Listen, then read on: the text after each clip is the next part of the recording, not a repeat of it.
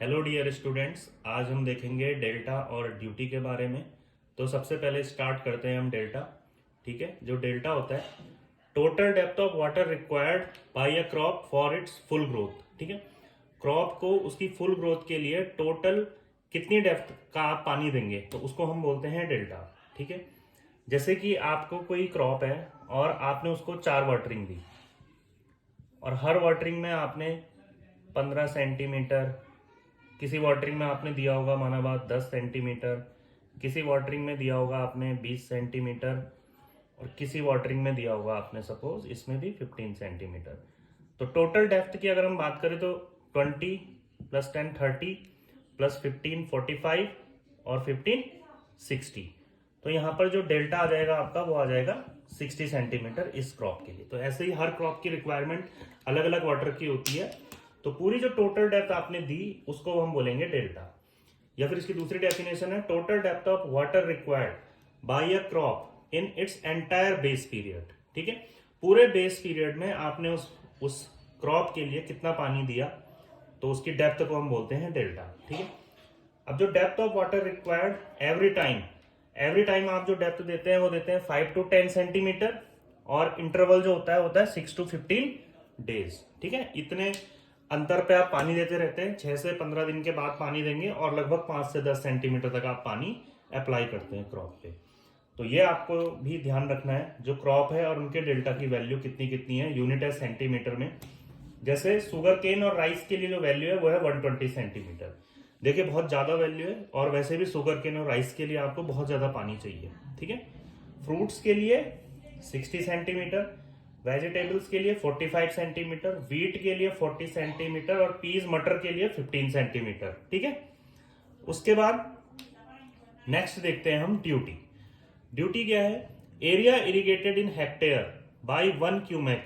1 cumec means 1 metre cube per second of water during entire base period. ठीक है, अब जैसे क्या है, ये कोई फील्ड है, अब इसमें अगर आपने 1 मीटर क्यूब पर सेकेंड का पानी अप्लाई करा, 1 मीटर क्यूब पर सेकेंड का पानी अप्लाई करा आपने इसमें, तो ये टोटल कितना एरिया इरिगेट कर देगा इसके बेस पीरियड में।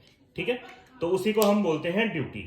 ठीक है ना, उसके बाद अब देखिए क्या है, अगर किसी क्रॉप को पानी की रिक्वायरमेंट ज्यादा है मतलब उसकी डेप्थ ज्यादा है, तो इसका मतलब उसकी ड्यूटी क्या होगी? कम हो जाएगी। ठीक है, क्योंकि पानी तो डेप्थ में चला गया, पानी अगर डेप्थ में चला गया तो फैलेगा कम, तो एरिया इरिगेट आपका क्या हो जाएगा? कम हो जाएगा। ठीक है, तो इसीलिए जो आपकी ड्यूटी होगी वो आपकी कम हो जाएगी अगर वाटर रिक्वायरमेंट ऑफ क्रॉप ज्यादा है।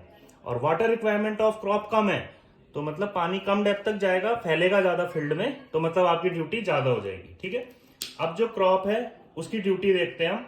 हेक्टेयर पर क्यूमेक यूनिट होती है ड्यूटी की। ठीक है, क्योंकि 1 क्यूमेक का पानी आप अप्लाई करेंगे तो कितना एरिया इरिगेट हुआ हेक्टेयर में। ठीक है, अब देखते हैं अलग अलग क्रॉप और उसकी ड्यूटी।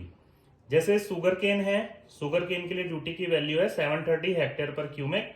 राइस के लिए वैल्यू हो जाएगी 775 हेक्टेयर पर क्यूमेक। व्हीट के लिए वैल्यू हो जाएगी 1800 पर cumec. Relation between duty and delta, अब देखेंगे हम ड्यूटी एंड डेल्टा के बीच में जो रिलेशन होता है ये आपको न्यूमेरिकल में हेल्प करेगा। फॉर्मूला डायरेक्ट याद रखना है आपको। तो delta is equal to 8.64 B/D। ठीक, बी है आपका base period in days, D है ड्यूटी इन हेक्टेयर पर क्यूमेक।